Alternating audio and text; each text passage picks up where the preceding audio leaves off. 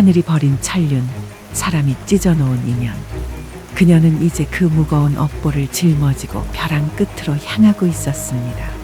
쫓기는 짐승처럼 산을 오르던 서연의 앞을 가로막은 것은 깎아지른 듯한 낭떠러지였습니다. 아래로는 성난 파도처럼 소용돌이치는 강물이 그녀를 삼킬 듯 아가리를 벌리고 있었고, 뒤로는 횃불을 든 추격대원들이 서서히 그녀를 포위해왔습니다. 더 이상 도망갈 곳도 물러설 곳도 없는 절망의 끝이었습니다. 그래, 오거라. 지아비의 피를 마시고 내 아들의 숨을 앗아간 자들아, 여기까지 오느라 고생이 많았구나. 하지만 너희의 그 더러운 손으로 내 옷자락 하나 건드리지 못할 것이다. 삼킬 듯 몰아치는 폭우 속 피눈물로 얼룩진 여인의 잔혹한 운명은 불과 며칠 전 따사로운 햇살 아래에서 시작되었습니다. 인생이란 본디 하얀 소복과 같아 어떤 이는 그 위에 복을 수놓고 어떤 이는 하늘 물들이는 법이라 했습니다. 여기 세상의 모든 빛깔 중 가장 고귀하고 따스한 황금빛만을 품었던 한 여인이 있었습니다. 한양의 권색가들조차 고개를 숙이던 명문가, 신씨 가문의 여식 서연. 그녀의 삶은 정오의 햇살 아래 흐드러진 목련처럼 눈부시게 피어 있었습니다. 돛돌 위에 놓인 호연의 작은 꽃씨는 그 존재만으로도 집안의 생기였습니다. 7살 난 아이가 고사리 같은 손으로 붓을 쥐고 천자문의 마지막 글자를 써내려가는 소리.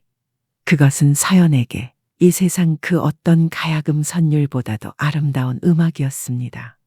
부인 보시오. 우리 호연이가 쓴 저 글자의 결을.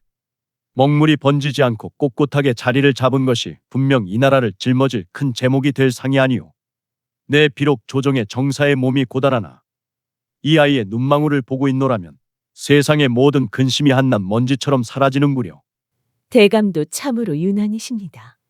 아이가 글 한자 쓴 것이 무엇이 그리 대수라고 그리 입이 마르도록 칭찬을 하십니까? 하지만 저 맑은 눈을 보고 있자니 저 역시 가슴 한 구석이 벅차오르는 것은 어쩔 수가 없군요. 서연은 품속에서 정성스레 준비한 상자를 꺼냈습니다. 그 안에는 순백의 옥을 깎아 만든 나비 놀이개가 들어있었습니다. 햇살이 그 날개 위에 머물 때마다 백옥은 영롱한 빛을 내뿜으며 마치 살아있는 나비처럼 파르르 떨리는 듯했습니다. 서연은 무릎을 굽히고 앉아 아이의 허리춤에 그 귀한 것을 달아주었습니다. 호연아, 이 백옥 나비를 보아라. 옥은 단단하여 부서질지언정 그 빛을 잃지 않고 나비는 천리를 날아 꽃을 찾는 법이다. 너의 재주와 너의 마음이 이 나비처럼 온 세상 구석구석을 날아오르길 바란다. 이 어미는 내가 그 날개를 펼칠 수 있도록 평생을 바쳐 너의 바람이 되어줄 것이야. 어머니, 정말 나비가 제 허리에서 춤을 추는 것 같사옵니다. 제가 나중에 커서 대제하게 되면 어머니께 이보다 1000배는 더 아름다운 금나비를 해드리겠습니다. 그때까지 이 백옥 나비는 제가 목숨처럼 소중히 간직하게 싸웁니다. 민치우는 대견한 듯 아들의 어깨를 감싸 안았고, 서연은 그 두 사람을 보며 세상에 부러울 것이 없다 생각했습니다. 담벼락 너머로 불어오는 훈풍에 실린 꽃향기, 마당을 채운 아이의 웃음소리, 그리고 지아비의 든든한 품. 그것은 무너지지 않을 황금빛 성벽과도 같은 낙원이었습니다. 하지만 사람의 운명이란 가장 찬란한 순간에 가장 깊은 어둠을 준비하는 법임을 그들은 미처 알지 못했습니다. 하늘의 뜻은 참으로 가혹했습니다. 호조판서 최승연의 탐욕은 멈출 줄 몰랐고 자신의 비리를 은폐하기 위해 청렴한 민치운을 영모의 제물로 바치는 데 주저함이 없었습니다. 하룻밤 사이에 서연의 황금빛 낙원은 무채색의 지옥으로 변했습니다. 고귀하던 가문은 사지의 땅으로 변했고 지아비는 압송되는 수레 위에서 피눈물을 삼키며 유배지로 끌려갔습니다. 칠흑 같은 어둠이 깔린 밤, 하늘은 마치 세상의 비극을 미리 알기라도 한 듯 거센 폭우를 쏟아냈습니다. 관군들의 추격을 피해 서연은 7살 난 아들 호연을 등에 업고 진흙탕 길을 달렸습니다. 비바람은 칼날처럼 피부를 핥히었고 쏟아지는 물줄기는 시야를 가렸으나 서연은 멈출 수 없었습니다. 오직 내 등에 엎인 이 어린 생명만큼은 살려야 한다는 집념. 그것이 무너져가는 그녀의 다리를 지탱하는 유일한 힘이었습니다. 호연아, 조금만 더 버텨내거라. 내 그 총명한 머리에 어찌 노비의 낙인을 찍게 두겠느냐. 이 어미가 사지를 기어서라도 너만은 다시 저 높은 곳으로 날려 보내줄 것이다. 내 재주가 비천한 흙바닥에 짓밟히는 꼴은 죽어도 못 보니 제발 정신을 놓지 마라. 호연아, 너는 결코 이름 없는 종으로 썩어갈 몸이 아니다. 하지만 등에 엎인 아이의 대답은 없었습니다. 고열에 시달리던 호연의 거친 숨소리는 빗소리에 묻혀 희미해져 갔고 아이의 작은 머리는 서연의 어깨 너머로 힘없이 늘어졌습니다. 서연은 아이의 몸이 점점 식어가고 있다는 사실을 본능적으로 느꼈으나 차마 확인하고 싶지 않았습니다. 그저 이것이 차가운 빗물 때문이라 믿으며 신발이 벗겨지고 발바닥에서 피가 배어 나오는 줄도 모르고 쉼없이 발을 내디뎠습니다. 호연아, 자는 것이지. 이 어미의 등길이 포근하여 잠시 꿈을 꾸는 것이지. 일어나거라. 제발 대답을 하거라. 내가 이 어미를 두고 어딜 간다는 말이냐. 우리가 약속하지 않았더냐. 너는 나비가 되어 천하를 날고 나는 너의 바람이 되어주겠노라고. 천륜을 끊어버리려는 저 하늘의 포효 앞에서 여인의 절규는 공허한 메아리가 되어 하늘로 흩어졌습니다. 찬란했던 백옥 나비의 날개는 이제 진흙 범벅이 된 채 아이의 허리춤에서 죽어가는 생명처럼 위태롭게 흔들리고 있었습니다. 추격대의 말발굽 소리가 가까워지자 서연은 주막 근처에 허물어져가는 헛간으로 몸을 숨겼습니다. 거친 숨을 몰아쉬며 아이를 조심스레 내려놓은 그녀는 덜덜 떨리는 손으로 아이의 얼굴을 감싸 쥐었습니다. 하지만 손끝에 닿는 것은 따스한 온기가 아닌 생명이 빠져나간 자리에 남은 시린 냉기뿐이었습니다. 호연아, 호연아, 눈을 떠보거라. 어미가 여기 있다. 제발 한 번만이라도 나를 불러다오. 이리 허망하게 갈 수는 없다. 내 모든 것을 다 바쳐 지키려 했는데 내 목숨보다 소중한 너를 내가 어찌 보낸단 말이냐. 서연은 아이의 차가운 가슴에 귀를 대보았습니다. 그러나 고동치던 작은 심장은 멈춘 지 오래였습니다. 그녀의 세상이 무너져 내리는 순간이었습니다. 그때 헛간 밖에서 발소리와 함께 추격대원들의 은밀한 대화가 들려왔습니다. 서연은 숨을 죽인 채 구석으로 몸을 웅크렸습니다. 이제 그만 돌아가도 되지 않겠나? 벌써 멀리 달아난 것 같은데? 어디서 물귀신이 되었거나 숲속에서 짐승 밥이 되었을 게 뻔한데 말일세. 입 조심하게. 최승현 대감께서 씨를 말리라고 명하셨지 않은가? 만에 하나 일이 잘못되기라도 한다면 우리 목이 달아난단 말일세.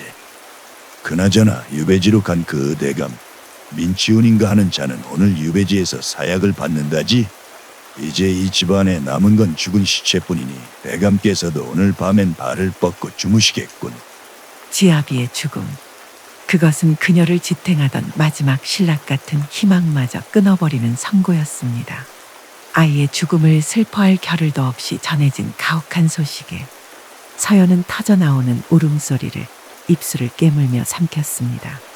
사약이라니? 대감이 사약을 받으신다니?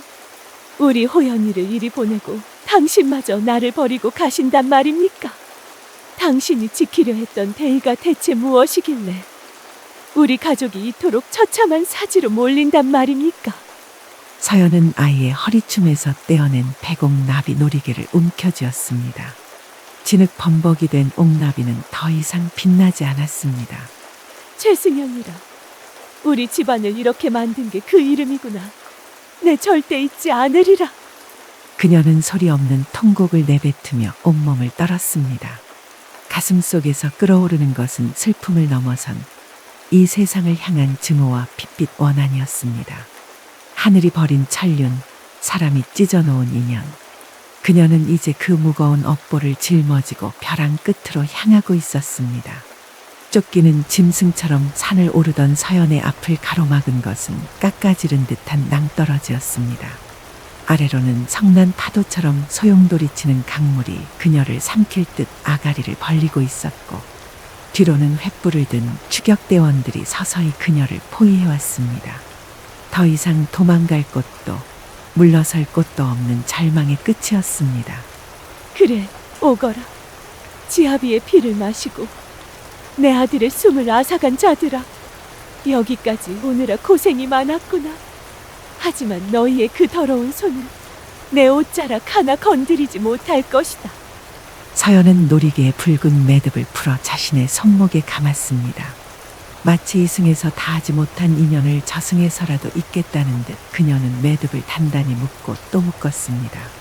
거센 강바람에 그녀의 머리카락이 산발이 되어 휘날렸고, 빗물은 그녀의 창백한 얼굴을 타고 눈물과 함께 흘러내렸습니다. 호연아, 미안하구나. 이 못난 어미가 너를 지켜주지 못했구나. 배공나비처럼 세상 끝까지 날아보라고 말해주었건만 날개도 한번 펴보지 못한 채 이렇게 가버리게 해서 정말 미안하구나. 저 차가운 강물이 두렵겠지만 겁내지 말거라. 어미가 함께 갈 것이니 저승길에서도 내가 너의 손을 놓지 않을 것이다. 서연은 아이의 차가운 볼에 자신의 얼굴을 비비며 마지막 작별의 입맞춤을 했습니다. 저 멀리 절벽 아래서 추격대들의 횃불들이 점점 다가오고 있었습니다. 하지만 서연의 눈에는 더 이상 두려움은 없었습니다. 오직 차가운 냉소와 서늘한 결기만이 서려 있을 뿐. 최승연, 똑똑히 기억하거라. 나는 비록 이 물밑으로 사라지나 내 원한은 사라지지 않을 것이다. 물귀신이 되어서라도 내 놈의 숨통을 졸고 내 놈의 가문이 피눈물을 흘리는 그날까지 내가 지옥에서 지켜볼 것이다. 서슬퍼런 다짐이 끝나기 무섭게 그녀는 망설임 없이 절벽 아래로 몸을 던졌습니다. 어둠 속으로 떨어지는 붉은 치맛자락은 마치 비에 젖은 낙화 같았고, 소용돌이치는 강물은 순식간에 두 모자를 집어삼켰습니다. 빗줄기는 더욱 거세졌고, 절벽 끝에는 망연자실한 추격꾼들만이 우두커니 서 있었습니다. 새벽 안개는 이승과 저승의 경계를 지우려는 듯 강물 위를 무겁게 짓누르고 있었습니다. 세상으로부터 스스로를 유배시킨 몰락양반 강석하에게 이 강가는 유일한 삶의 터전이자 은신처였습니다. 낚싯대를 들이우고 흐르지 않는 시간에 문턱을 넘나들던 그의 눈에 안개를 뚫고 솟아오른 기이한 형체가 걸려들었습니다. 그것은 새벽의 푸르스름한 어둠 속에서 홀로 비명을 지르는 듯한 지도 카리만치 선명한 붉은 옷자락이었습니다. 저것이 무엇인가? 내 고단한 눈이 헛것을 본 것인가? 이 새벽, 이 깊은 강 하류에 저토록 시린 붉은색이 존재할 리가 없는데. 석하는 멈칫하며 눈을 가늘게 떴습니다. 거센 물살이 옷자락을 거칠게 뒤집는 순간 붉은 천 사이로 창백한 여인의 안색과 가녀린 형체가 선명하게 드러났습니다. 그것이 환영이 아닌 사람임을 깨달은 순간 석하는 더는 망설이지 않았습니다. 그는 낚싯대를 내던지고 본능적으로 차가운 강물 속으로 몸을 던졌습니다. 뼈를 깎는 듯한 강물의 한기는 사내의 육신을 집어삼킬 듯 달려들었으나 석하는 이를 악물고 여인의 몸을 붙들었습니다. 물에 젖어 수만 근의 업보처럼 무거워진 비단 옷자락이 강물 속에서 너울거리며 사내의 팔을 휘감았습니다. 석하는 거친 숨을 몰아쉬며 강물에 휩쓸려가던 가련한 여인을 차가운 모래톱 위로 끌어올렸습니다. 거칠게 파헤쳐진 모래 위에 뉘어진 여인은 이미 넋이 나간 듯 미동조차 없었습니다. 석하의 시선이 물에 젖은 여인의 의복과 손목에 머물렀습니다. 인가조차 드문 이 황량한 강가에 어울리지 않는 고귀한 비단 옷자락, 그리고 손목에 살을 파고들 정도로 단단히 묶인 배공 나비노리개. 고운 비단 옷을 휘감고 인적 없는 이 사지까지 찾아든 것이 예사로울 리 없지. 더구나 손목에 이리도 모질게 묶어둔 옥나비라니. 석하는 여인의 손목에 묶인 노리개의 붉은 매듭을 보며 깊은 탄식을 내뱉었습니다. 그것은 살려달라는 몸부림이 아니라 다시는 돌아오지 않겠다는 맹세가 서린 수인의 매듭과도 같았습니다. 저승길에서도 이 연만은 놓지 않겠다고 기어이 목숨줄을 끊으려 작정하고 뛰어든 계록은 죽음으로도 씻어내지 못할 한을 품고 스스로 물길을 무덤 삼으려 했던 것인가. 이보시오. 눈을 떠보시오. 정신을 차려야 한단 말이오. 대체 무슨 모진 사연이 있기에 이 차가운 심연에 스스로를 던졌단 말이오. 석하는 떨리는 손을 여인의 코끝에 가져갔습니다. 죽음의 냉기가 이미 육신을 지배한 듯 서늘했으나 아주 미세하게 위태로운 온기가 사내의 손가락 끝에 닿았습니다. 살아있구나. 천행인지 아니면 하늘의 가혹한 장난인지 아직 목숨줄이 붙어 있어. 하늘이 당신을 데려가려다 차마 그 손목에 엮인 연이 무거워 거두지 못한 모양이요. 내 집으로 갑시다.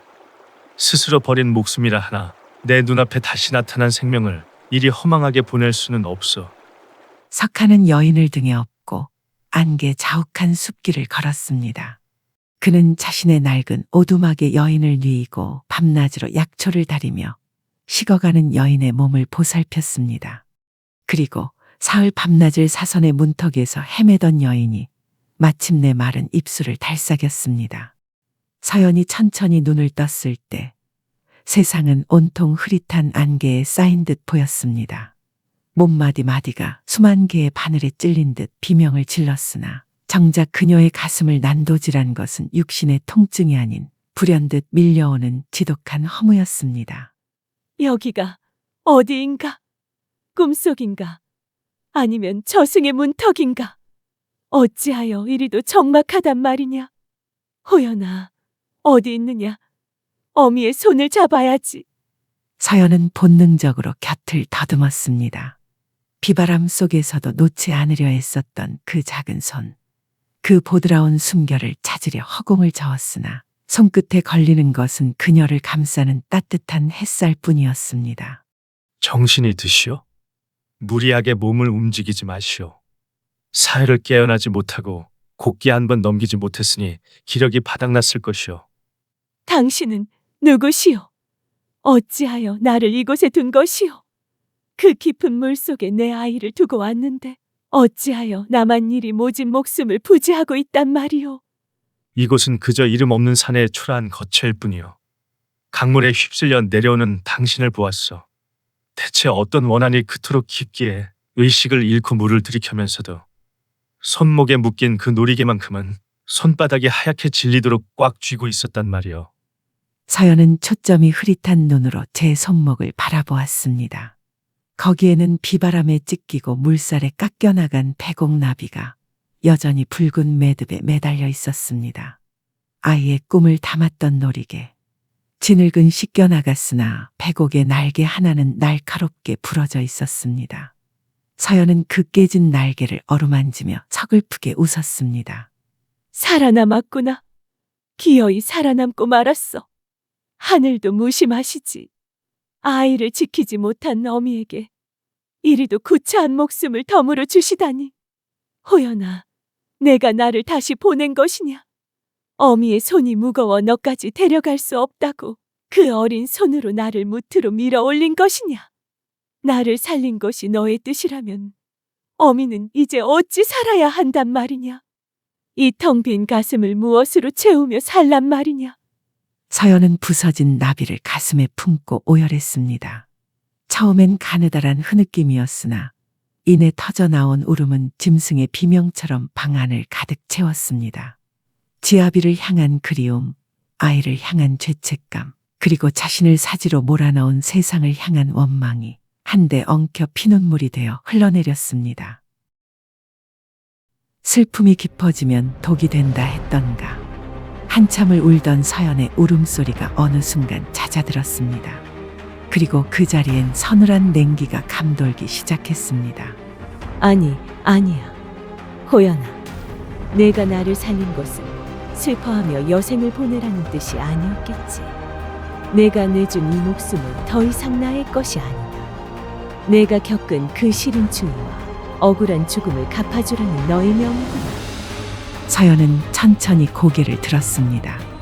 눈물로 젖어있던 눈동자에서 슬픔의 기운이 썰물처럼 빠져나가고 그 심연으로부터 증오라는 이름의 검은 불꽃이 소리 없이 타오르기 시작했습니다. 석하는 눈앞에 여인이 내뿜는 기운이 삽시간에 바뀐 것을 느끼고 소름이 돋아 뒷걸음질 쳤습니다. 호연아, 저승에서 똑똑히 지켜보거라. 이 어미가 어떻게 그들의 세상을 무너뜨리고 그들의 영혼을 파괴하는지. 내가 날아오르지 못한 이 세상, 내가 대신 핏빛으로 물들여주마. 이제 내게 남은 삶은 오직 너의 복수를 위해 그들을 파멸로 이르게 하는 것을 위해 살겠다. 지옥에서 돌아온 여인 신서연. 이제 그녀의 손끝에서 시작될 핏빛 복수국의 서막이 올랐습니다. 어둠의 정적 속에서 타오르는 그녀의 눈동자는 장차 도성을 피로 물들일 홍염의 시작을 예고하고 있었습니다. 2부에서 계속됩니다.